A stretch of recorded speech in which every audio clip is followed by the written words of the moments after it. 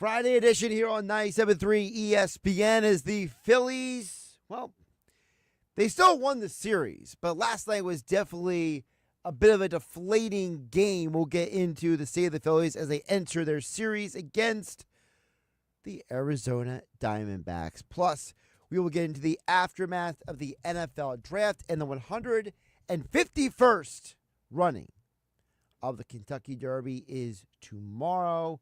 All that and more. Josh Hennig hanging out with you in the Ocean Casino Resort Studios on 97.3 ESPN FM, the 97.3 ESPN mobile app powered by First Bank of Seattle. All right, here's what's going on today. A very, very busy show. And as always, you guys can join the conversation at 609-403-0973. Rob Maaddi from the Associated Press, he will join us coming up in basically 15 minutes from now. Okay, we're going to get into with him, the NFL draft, and longtime horse racing analyst and handicapper, now working for FanDuel TV, Caton Bredar. She will join us coming up at 6:40 tonight, live from Kentucky. Yes, live from the race itself, the Kentucky Derby. You guys can join the conversation as well, but we got to get to the Phillies first and foremost because, and look, you can't take everything from one game. But last night was just another example of why someone like me gets frustrated with this team. And I know there's many of you out there who feel the same. And that frustration is this.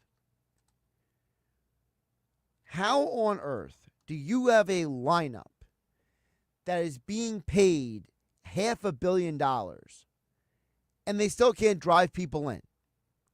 It's absolutely perplexing that this team has so much talent on it, and yet they couldn't get a hit off of a guy that frankly most of us have never heard of and will never hear of again, because that's the way it works, right? I don't know how this keeps happening. And look, I understand that you're going to have bad losses throughout the year, okay? I've said it numerous times here on 97.3 ESPN. The idea that when you are a team with Bryce Harper, Kyle Schwarber, Trey Turner, Nick Castellanos, Alec Boehm, JT Realmuto, that at some point you need your guys to step up, right? You need your guys to not just get on base, but to drive the run in. And it's absolutely perplexing that this team continues to struggle hitting with runners in scoring position. For a team with this much talent, they continue to just keep leaving dudes on base. And I don't know what to do with that information. I don't know what to do about a team that finds ways to get guys on base. Remember, the Phillies actually have, as a team, one of the best on base percentages in all of baseball. They're fifth best, 335. So you would think if you were one of the best teams at getting guys on base, that should lead to more runs, right? Well, while the Phillies are third in baseball with a 335 on base percentage, they're only 13th in runs scored with 140.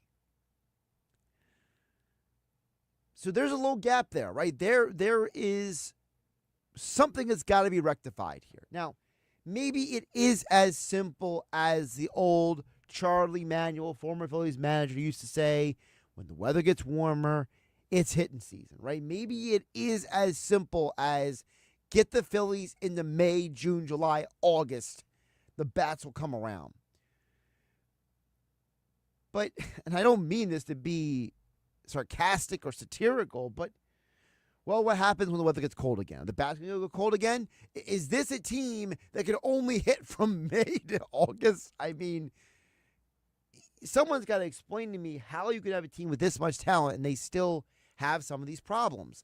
Now, look, I'm not saying they're doomed. I'm not saying that they are a bad team. But there's two sides to this coin. The idea, as Ruben Amaro Jr. and Todd Zalecki talked about on the Phillies Show podcast, the Phillies have an amazing problem. They have too much starting pitching. And yes, they're right. Starting pitching will be a major reason why you have opportunities to win many games this season.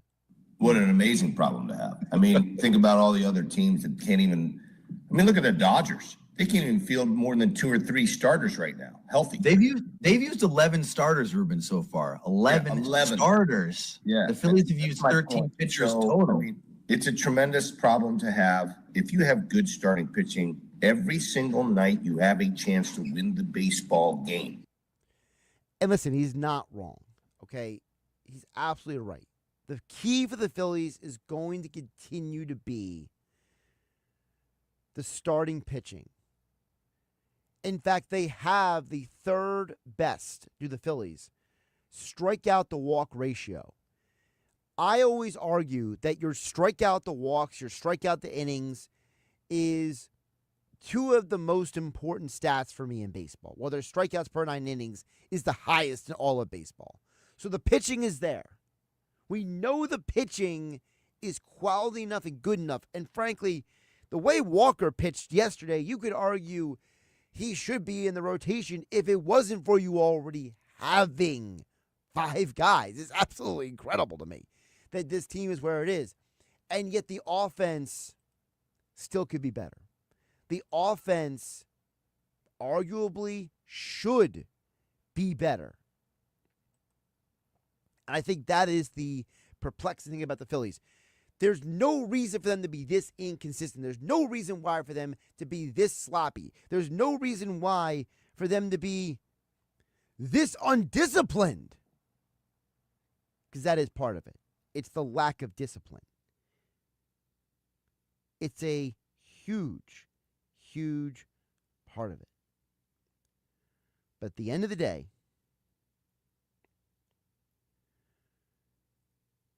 their pitching can be the best in baseball.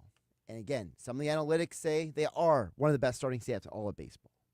But if you can't score runs, you can be the best team in every pitching category. But if your offense is still 13th in baseball in runs scored, we still have a problem. There still is a problem. And by the way, some of the numbers I gave you, that's for the whole pitching staff. That's even with the trash heap that is the bullpen. The Phillies starting staff have the 5th best ERA in all of baseball. The Phillies starting staff, just the starters, have been elite overall this year. I told you before, their strikeout to walk ratio, their pitching staff is 3rd best. The starters are number 2. For the entire staff, strikeouts to 9 innings is number 1. They're averaging 10 strikeouts per 9 innings. If we can just fix the bullpen, if the offense can just become more consistent, and maybe honestly takes a trade to get that move, as I've been saying here on 97.3 ESPN, Josh Hennig in the Oach Casino Resort Studios, it might just take a trade to get the offense better. But I'm telling you, you get more consistency out of the offense, you get the bullpen right, or at least recalibrated, refortified, retooled, you have a winning ball club on your hands. All right. With your text throughout the hour, 609-403-0973, your DMs into 973 ESPN mobile app powered by First Bank of Sea Isle. And, of course, we are live on my YouTube channel at Josh Hennig. Coming on next, the aftermath of the NFL draft. We'll ask Rob Maaddi next from the AP here on 97.3 ESPN.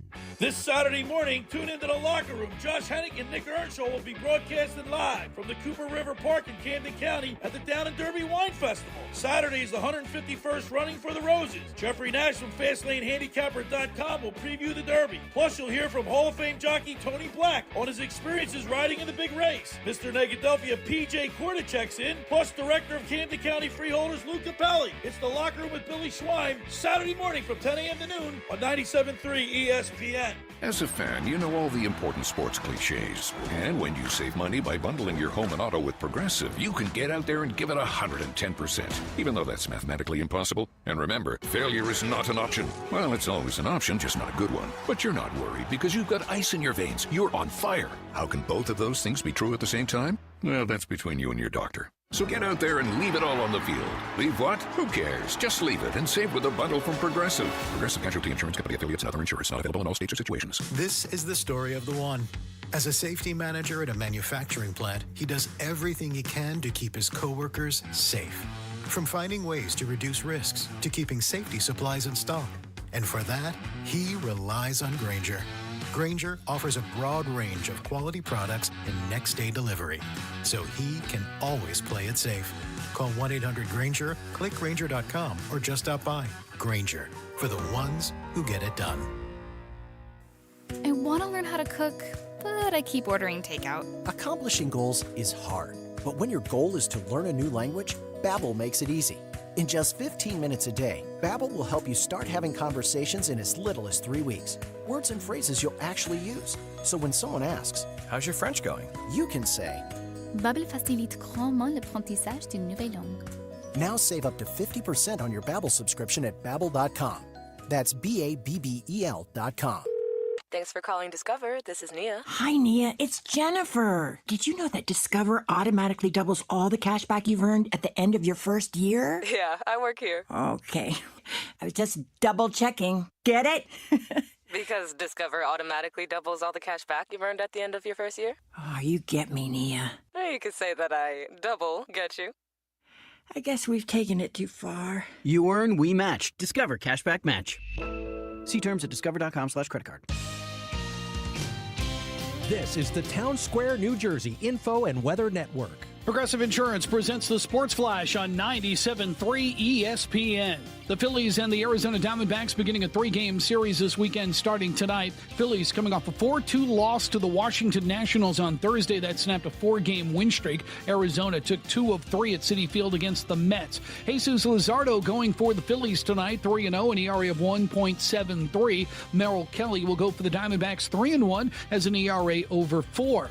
Only one game on the NBA playoff schedule tonight. The Houston Rockets and the Golden State Warriors playing Game 6 out in San Francisco, with the Warriors up 3-2.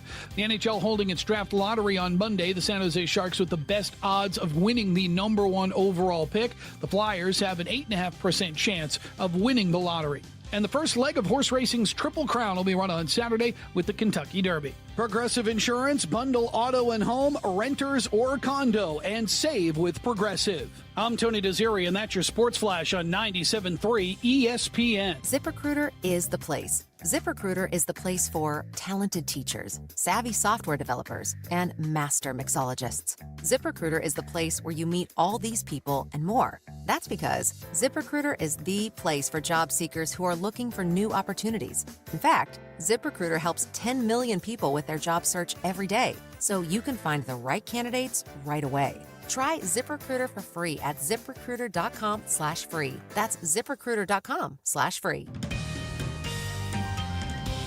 From the Town Square, New Jersey Info and Weather Network, I'm Chief Meteorologist Dan Zarrow. Will this weekend be a washout? No way. But you will have to keep an eye on the sky for some potentially strong thunderstorms. Here's what to expect. Still a chance of a stray shower or storm tonight, otherwise mainly clear, low 65. Partly sunny tomorrow, high of 80. Scattered showers and thunderstorms possible late day. Rain chances ramp up even more Sunday afternoon with increasing clouds. High Sunday, 72. Get weather 24/7 wherever you are. Download our free mobile app today. Something good to know from First Bank of Sea Isle City. We have all of today's innovative banking products just like the big banks, but we offer something they can't. A personal community focus. Let's get you started with Bill Pay. You save time when you pay your bills online. It's fast, easy, and convenient. First Bank of Sea Isle City, a community bank that delivers more for you every day. Personal service, today's technology, from the people who truly care. Learn more at firstbankseaisle.com. Member FDIC, Equal Housing Lender. This is Game Night with Josh Hennig on 97.3 ESPN and the 97.3 ESPN free mobile app. Steve from Ventnor, we'll get to your text and others a little bit later this hour. I see Jeff from Ocean City as well at 609-403-0973. But right now, the aftermath of the NFL draft, a man who I'm sure who has been trying to actually do real analysis and try to dodge as many frivolous Shador Sanders questions as possible, as Rob Maaddi from the Associated Press joining us here on 97.3 ESPN. Rob, welcome in. How's it going? Going well, Josh. Still recovering from the long draft and finally getting a little bit of time. Might get to some rookie camp, though. I know the Eagles had theirs right away. They're this week. I'm grateful Tampa's got theirs next weekend. Okay, can I ask you about that? Because so I was reading about the rookie camp this weekend, and I was trying to explain this to Mike, and Mike and I were both kind of looking at each other earlier today on the Sports Bash here on 97.3 ESPN. So the Eagles said rookie minicamp, the players are on the so they're calling it on the field at the NovaCare Complex today and tomorrow, but they're still in the building, quote unquote, on Sunday. What the heck does that even mean? Like, how are you in the building but not on the field? Like, well, what does that delineation even mean? I think it's just film work, just going in there with position coaches, meetings, things along those lines. There's only so much you can do a week after the draft when they're on the field and it's just the rookies. So I think they take advantage of that to have them. They can be in there for X amount of time, X amount of hours, all that stuff that the league and the NFLPA worked out. So in a building, really, Josh, just in there hanging out, film work, maybe talking to position coaches, getting familiar with the entire complex and everything else. Like, it can be overwhelming, man. Like, gotcha. for these rookies. So some teams get out there and do some real work. I know that. I'm not sure. I didn't catch up today on what the Eagles have done so far, but I will. I'll catch up on it. Well, I was going to ask you about they were doing a camp because honestly, I could care less. I mean, honestly, I'm not trying to be mean, but like, what happens in rookie camp that's going to matter in November? You know what I mean? Like, it's what happens in training camp in August that matters. Josh, wait till Kyle McCord looks so good in rookie camp or early in OTAs, and you're charting Kyle McCord. Kyle McCord is 15 for 17, and hasn't thrown an interception yet. Or right. Didn't Jalen go dating back last year? Yeah, he had thrown interceptions quite a bit, or he's having a terrible, like, all that stuff. Rob, remember the 1 year with Sam Bradford, right? He was perfect through like OTAs, and he was perfect through training camp, and he was perfect in the preseason. What was that, 2015, I think it was? Yeah, there was the Green Bay game down in Green Bay. And I think that was the year they were trying out Tim Tebow for the 2-point conversion. And Sam Bradford had a great maybe it was like 13 for 13 in a game against the Packers, and all of a sudden he looked phenomenal. That wasn't the year though he got traded, so that had to be that was the next year. Yeah. Yep, that was the Carson's rookie year. Yeah, well, still, let's get to the aftermath of the draft. Let's start with the Eagles really quick, Rob, because a lot of people are lauding them for walking out of the draft with Jahad Campbell, with Drew Makuba. Ty Robinson, people like me are saying that he might have been the best player they walk out of the draft with potentially. When you look at the Eagles draft, Howie said numerous times, we're not trading in the top 15. Well, he wasn't lying. He said we're going to be patient. Well, he wasn't lying about that because he traded down, I felt like, 20 times, right? So, when you look at the Eagles draft, I'm not looking for a grade as much as I'm looking at kind of like a, now that you've had time to digest it, right, Rob? It's the idea of what was the Eagles draft now looking back in hindsight. Well, I do have to grade them, Josh, and I did grade them immediately that day. And I think I was a little difficult, I guess, on the Eagles. I only gave them a B. There were some folks who were higher, but I think all the grading is It's way too premature. We know that. I gave the Eagles an A last year, and that ended up being like instantaneous success because of Cooper DeJean and Quinyon Mitchell. But this draft will take 2 to 3 years, obviously. And with Jihad Campbell, I had him going top 20, I think I had him somewhere in the top 20. I forget on my last mock. And for him to be there when they took him at 31, I thought was great, excellent value at that position. Now, obviously, he's got an injury. We don't know what his immediate availability is going to look like, but I don't think it's an injury that's going to keep him out a significant amount of time during the season. It might just hold him back a little bit here in the off season. But he's a guy who could be a big time addition to that defense. And when a guy like that is compared, his comp is Micah Parsons. That's like, if he's 3/4 of Micah Parsons, I think we'd all take that, because Micah Parsons is a future Gold Jacket Hall of Famer. So I thought that was obviously a really good move. Drew Mukaba is a guy who, at that position, aggressive style, a guy who's had a lot of experience, which I like. I like experienced players.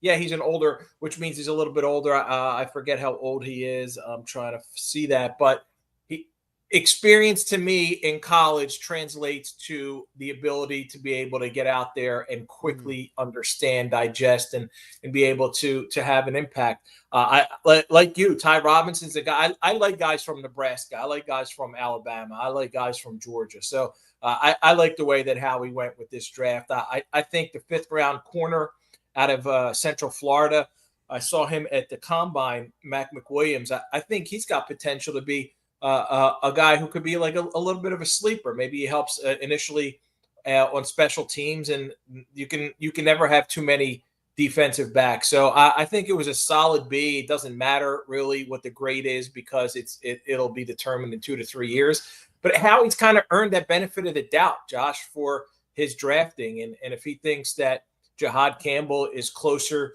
to being ready, and really doesn't matter if he's ready now or if he's ready in August, as long as he's able to get out on that field in September, October, kind of gives you insurance for Nakobe Dean too as well.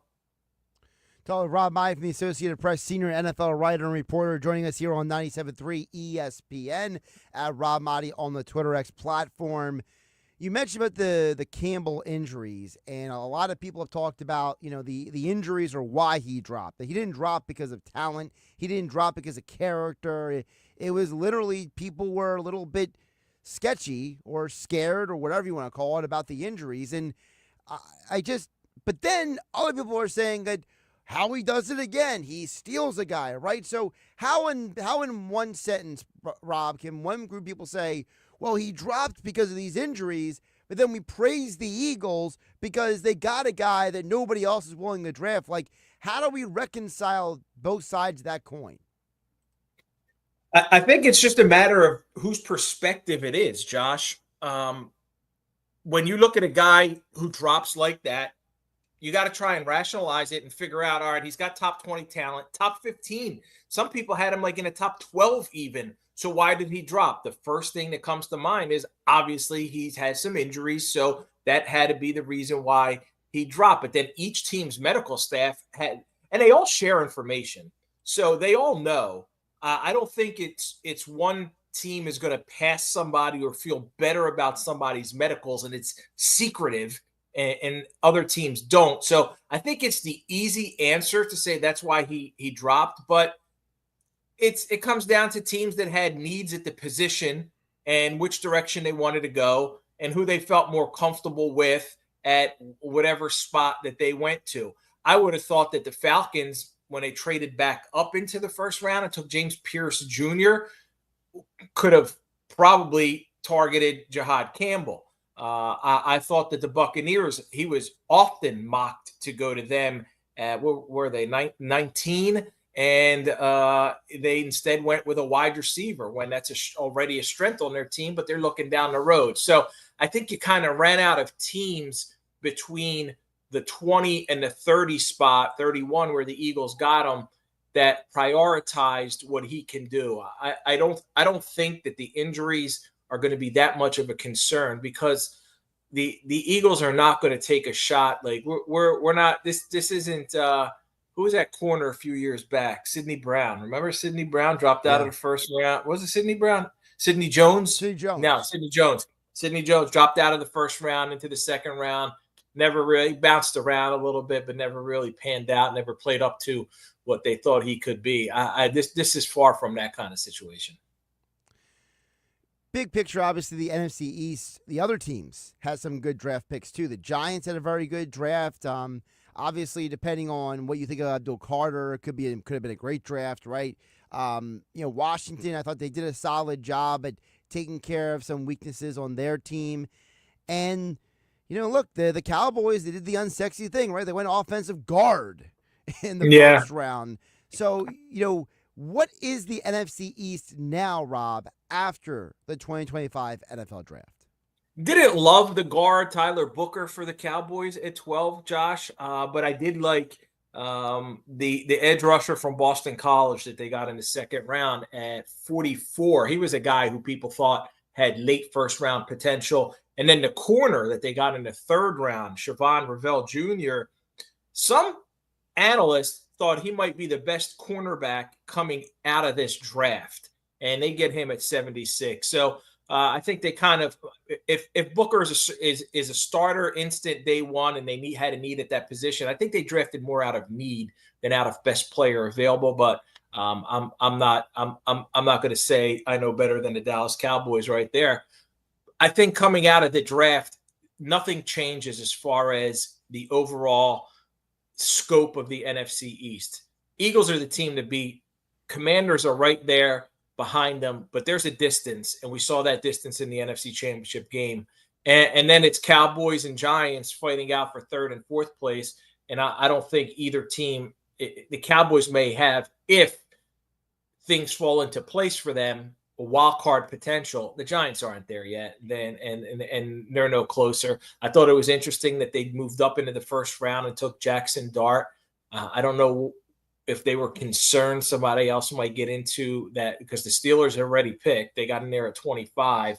So were they concerned that the Browns might get them in the second round ahead of them? I'm not sure about what their thinking was there, but they clearly like Jackson Dart because they moved back into the first round to get him. So it's not going to change how much I feel like the Giants are going to be.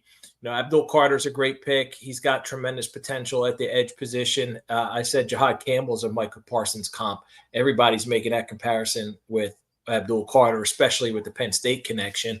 But those are big shoes to step into and try to be like. So coming out of this draft, I think the NFC East still is the way it is, and it's going to be hard to change it until you go into the season.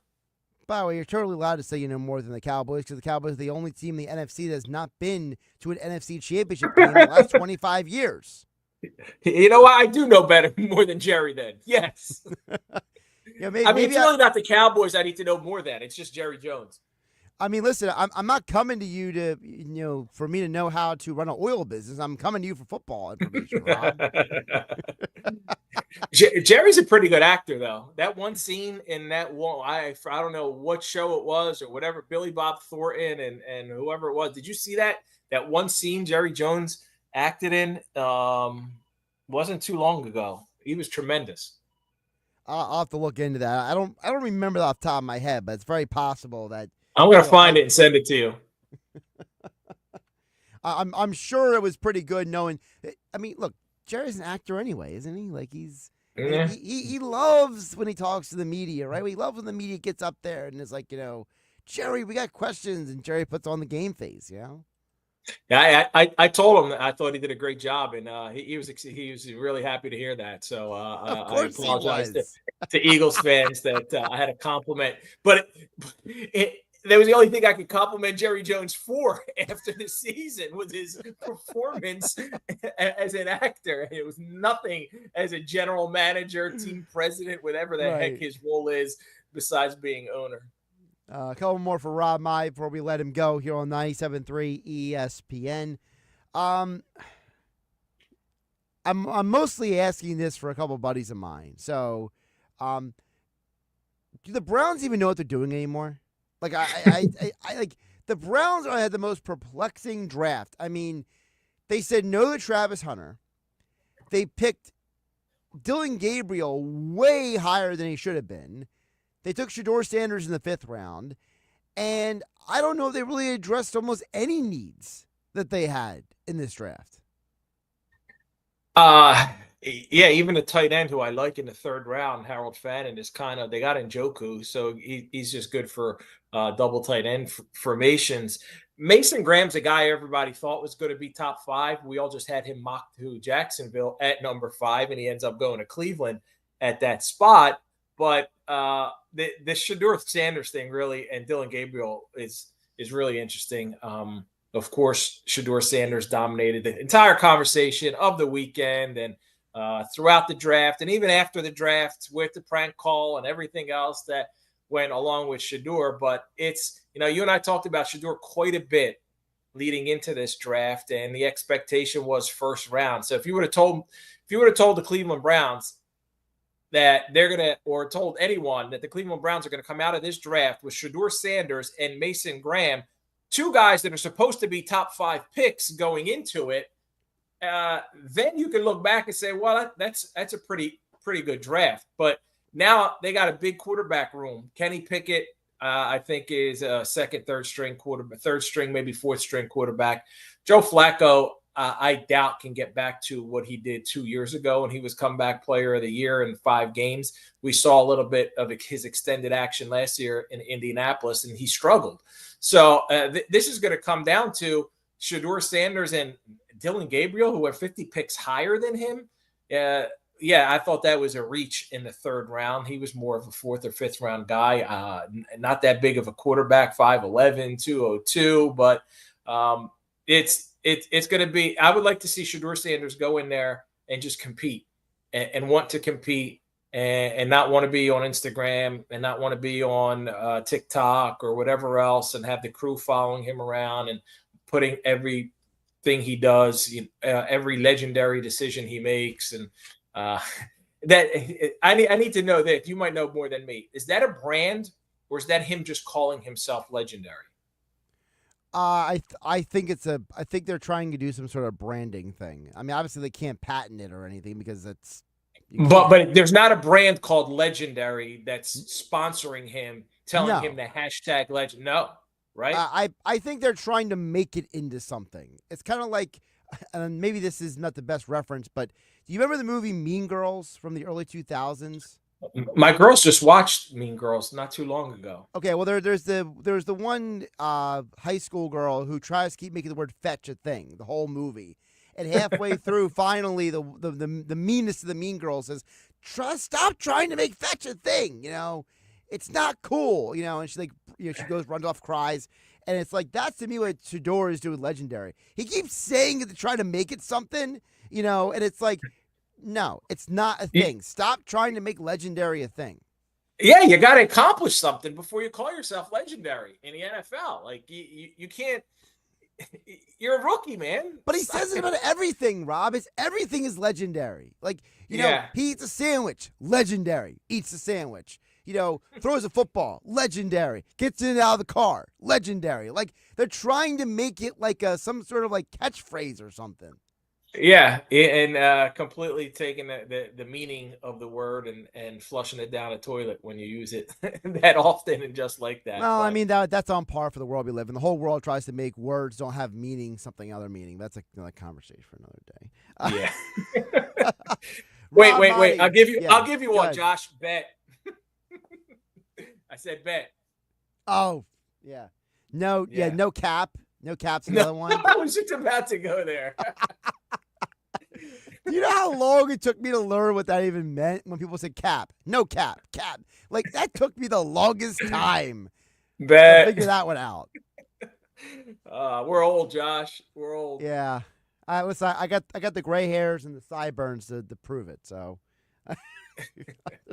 there's no hair dye going on over here, Rob. Absolutely, man. Absolutely. Rob Maaddi, Associated Press, of course, senior NFL writer, reporter at Rob Maaddi on the Twitter X platform, and Faith in the Field Saturday and Sunday mornings right here on 97.3 ESPN. Rob, what do you got going on this weekend? We're going back to Jordan Love, man. I didn't get a chance to do anything this week, so I love Jordan. It's such a great interview. Let's do it again. Let's go back to J Love. I mean, he seems like a nice person. He's a nice guy. Yeah, so I can't complain. Really is. Yeah, really is. And they have, speaking of teams who had, I think they had a really nice draft. Green Bay's going to be had. Lambeau was awesome. Green Bay was phenomenal. It was my favorite draft of all. My way too early pick for the NFC North is the Green Bay Packers, by the way, Rob. Oh, okay.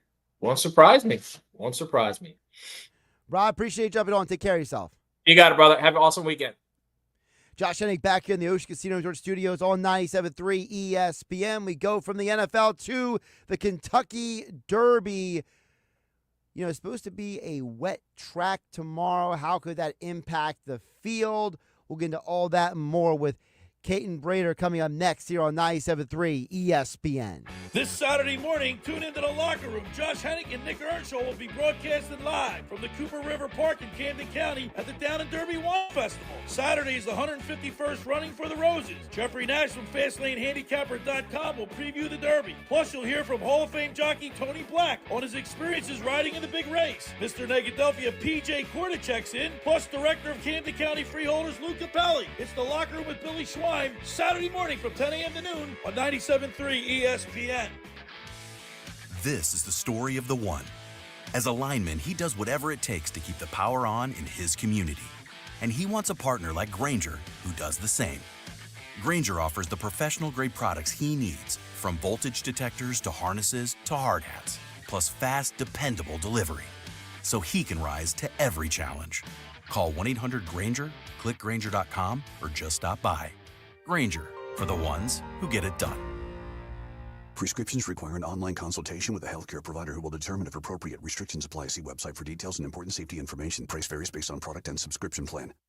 Hey guys, let's talk ED, because millions of men experience it, but not everyone can access or afford treatments like Viagra.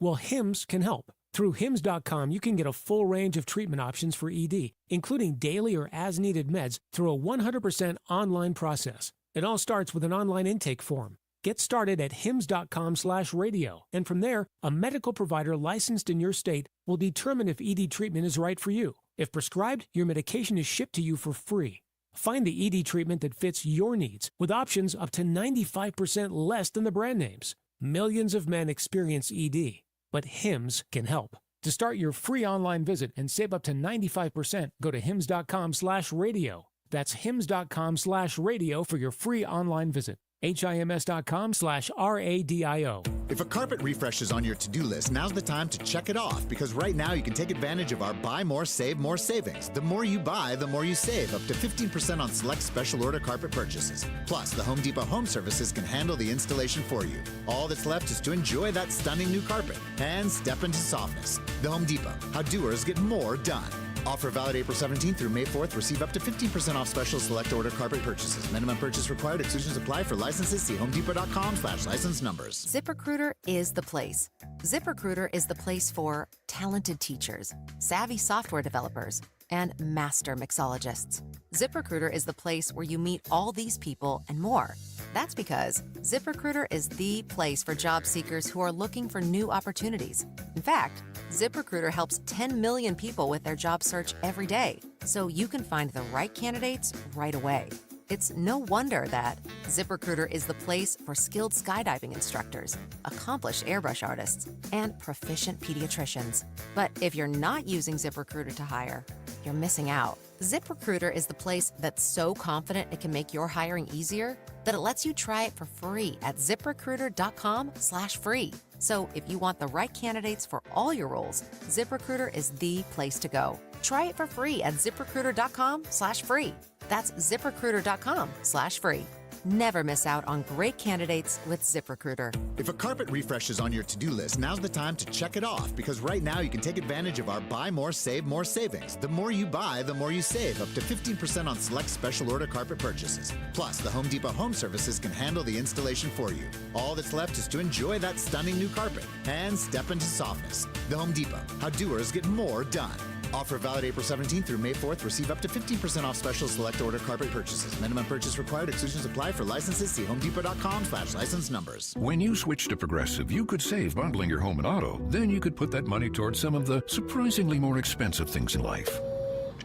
Attention passengers, we've reached 10,000 feet and internet is now available for purchase. I just paid hundreds for this flight, and you can't even throw in internet?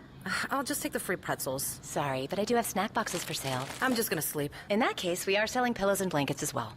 I'll just breathe. That's free, right? Life costs a lot, so bundle and you could save with Progressive. Progressive Casualty Insurance Company, affiliates, and other insurers. Not available in all states.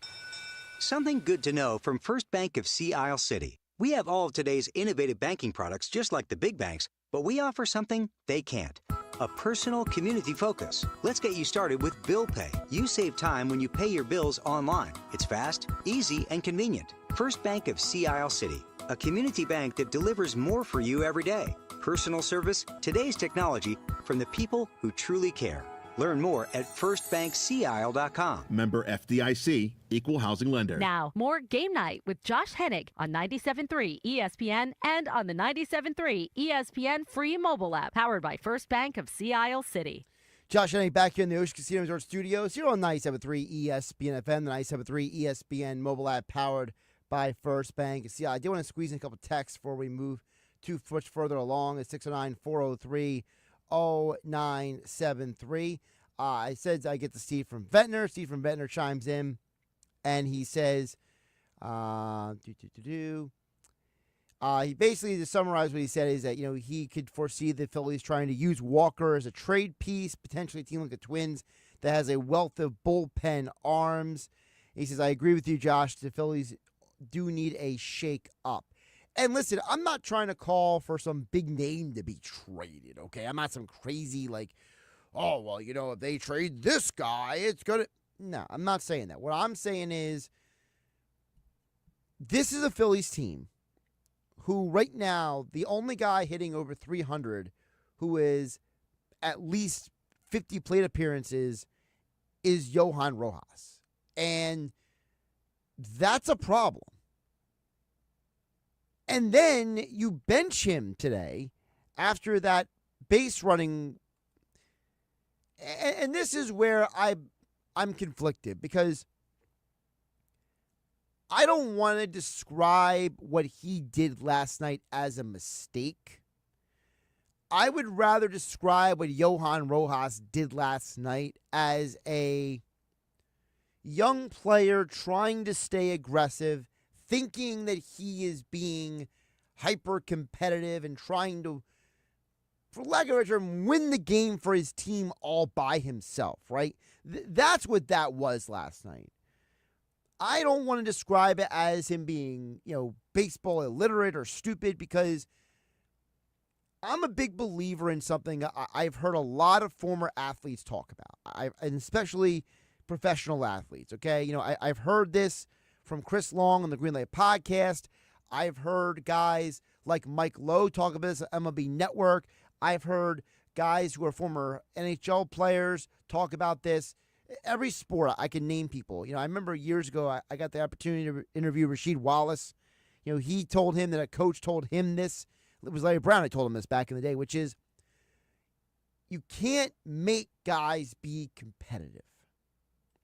You can't force guys to be competitive. They either have it or they don't inside of them. And so for me, the whole Rojas thing is, I know he makes some really weird mistakes because his baseball IQ is not the best, right? He's not a high baseball IQ guy. But I don't want to discourage him from being hyper competitive. I don't want to discourage him from being all out all the time, because it's like, I want Johan Rojas to not have to think, am I doing enough? Am I not doing enough? Because when he starts overthinking, we all get in trouble, okay?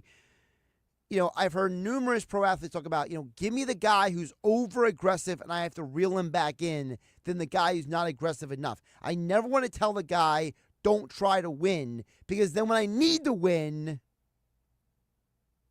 he may not be there, right? So that's always the conundrum with this stuff. So That's why I'm glad Rob Thompson said this earlier today when he was asked about the Johan Rojas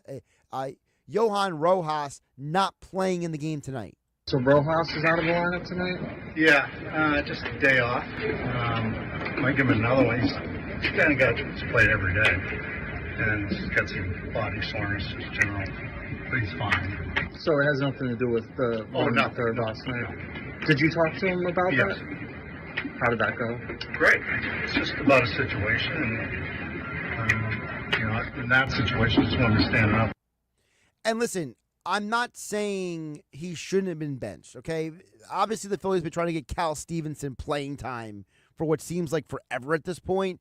So, for whatever reason, this team has been trying to get Cal Stevenson playing time, and there's no left-handed starting pitcher tonight, so it's as good a time as ever for Rojas to take a break, go sit down, go relax, right? But like I said, I don't want to see them tell the guy to not be aggressive anymore. And I think that's always my concern with this stuff. Now, I also at the same time don't think that he is your center fielder long term, okay? Maybe that guy's Justin Crawford, maybe it's somebody else. But the reason why I say shakeup is because Steven Mettner mentioned the idea of, well, Walker has trade value potentially now. He does. In a league full of guys who cannot pitch. Taijuan Walker is top 20 among all starting pitchers in ERA in Major League Baseball. That has value. Johan Rojas is hitting over 300. There's value there. So if you told me that you called a team and you said Walker, Rojas, and the prospect Rincones, okay? I'm just throwing it out there for an example. You're telling me that might not get you something. It definitely will get you something. Now, is that something a hitter to play center field? Is that something a bullpen arm? I don't know what it is exactly, but I do think there's a scenario where you need to change who one of the daily guys are in the lineup. And whether that's a center fielder or a left fielder, right? Whether that is Rojas, Marsh, Kepler, or all the above are no longer starting every day, you just got to do it because something has to change. I totally agree with that. The shakeup needs to happen. Now, the problem is that as of May 2nd, there are way too many teams who think they're still in this. And this is the conundrum, right? I always tell you guys here on 97.3 ESPN, there are checkpoints in a major league season. You cannot overcommit to any of those checkpoints.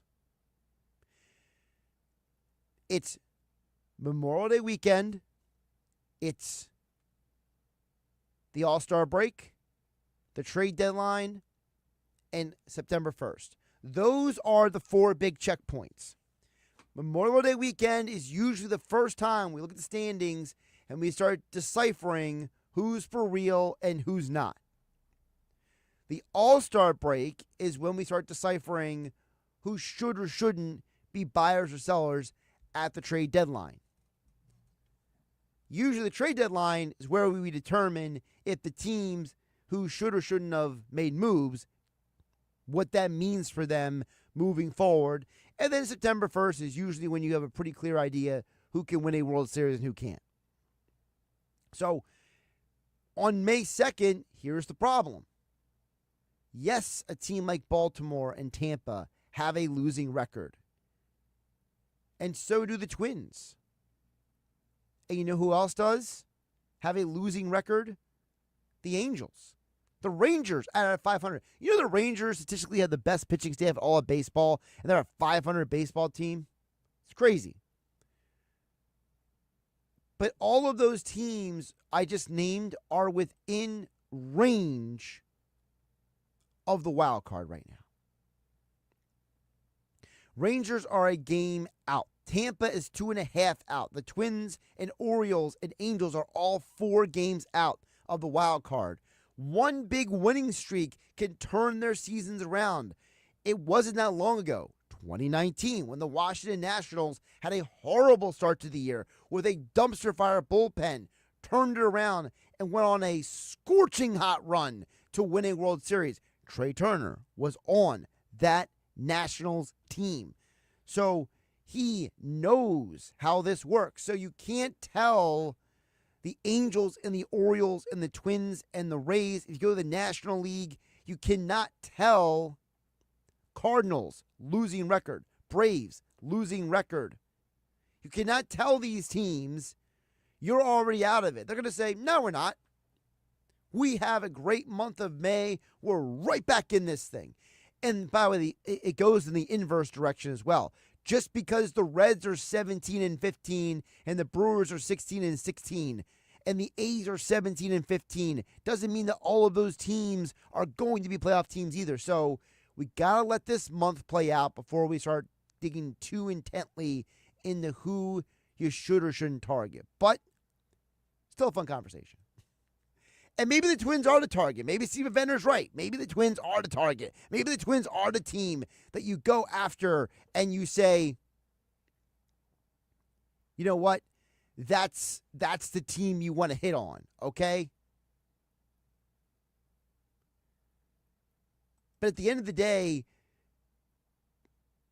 look, doesn't matter who you add in. If you find a way to convince somebody to take something on, you do it, you know? And look, I'm not saying the Phillies are going to trade Walker or Rojas. I'm just saying if you have a team like the Dodgers, and this is a very extreme example, that has started 11 different pitchers this year because of injuries, and you have a guy like Taijuan Walker who, frankly, aside from a couple of years in his career, has been pretty durable, a team like the Dodgers might tell the Phillies, you take on his money and we'll give you something for him. The something doesn't mean it's going to fix anything, but something might be something. And now you have one less pitcher who's being asked to do something he's not best at, because when Andrew Painter comes up here, and he will at some point this year, who's going to the bullpen? It's not Wheeler. It's not Luzardo. It's not Sanchez. And I doubt it's Nola. Well, you can't have a bullpen with both Ranger Suarez and Taijuan Walker in it. That'd be ridiculous. It's bad enough we got Joe Ross on this team. At least Taijuan Walker's better than Joe Ross. It's absolutely crazy. Oh, and by the way, how about Mick Abel? The whole Mick Abel thing. Mick Abel's having the best minor league season of his career.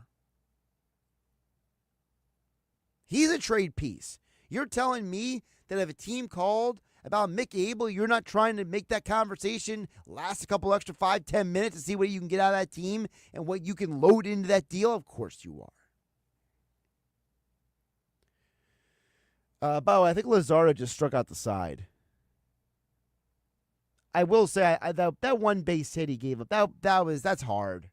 I mean, that was a high bouncer off the side. Bohm tried to get to the ball. You know, maybe if that ball has a little bit different contact, it's not even a base hit. The guy legged out the single. But yeah, Luzardo. I mean, how about Luzardo? Luzardo might go down as one of the best moves Dave Dombrowski has ever made. This guy looks like he has been worth everything and more at this point for the Phillies. Texter didn't leave their name, so we're just going to call them Mr. Anonymous. Okay, at 609-403-0973. Texter says, come on, Josh. You know Walker's ERA is fake. He has the second worst in MLB in swings and misses consistently. Hard contact against him, consistently in and out of trouble. His ERA will continue to rise as time passes. Hate to say it, but he's been lucky so far. Well, we know he's been lucky so far, but if you can convince somebody, listen, baseball teams are run by not smart people all the time. You know how I know that? People get fired all the time in baseball, all right? These GMs are not all geniuses. If they were, Billy Beane and Moneyball couldn't have manipulated anybody with the A's 25 years ago. You know, if everybody was so smart with these GMs, how do these other GMs take advantage of them? Andrew Freeman is a genius at ripping people off in some of these trades. It's not about what Taijuan Walker is fake or not. It's can you convince somebody that they need Taijuan Walker more than you do? Sometimes you just got to, play the hand that's handed to you. It's like, look at Howie Roseman. Howie Roseman somehow gets people to trade with him all the time. Nobody knows how. Nobody knows why, but they do it anyway. You think somebody out there would tell a GM, dude, why are you giving Howie all your picks? Don't you think there might be a reason why he's trading down 15 spots? No one says that. Everyone's ego is so high. I'm the GM that's going to do it all. I know I said it a bit tongue-in-cheek, but nobody understands why Andrew Berry did what he did in the draft. And when you ask Andrew Berry about it, he gives you the patented answers. Well, we have picks. Well, our draft board says. All right, we're going to get deeper into the Kentucky Derby tomorrow when I fill in for Billy Schweim tomorrow morning with Nick Earnshaw in the locker room on 97.3 ESPN. But I'll give you a really quick rundown here. I got 6 names I'm looking at for the Derby. Luxor Cafe is the son of American Pharaoh, 3-1 on wet tracks. Citizen Bull, that's the Bob Baffert horse. A Post 1 horse has not won since 1986. Journalism is the betting favorite. At Post A has produced 9 winners since 1930. Final Gambit has never raced on dirt before, but has performed well on turf. Sharp Money is on Burnham Square, and Sovereignty won Church Hill Downs. Our smart devices, they can be a benefit or a strain on our health. But with some mindful adjustments, we can use them for our well-being, not against it. First, let's designate tech-free zones like our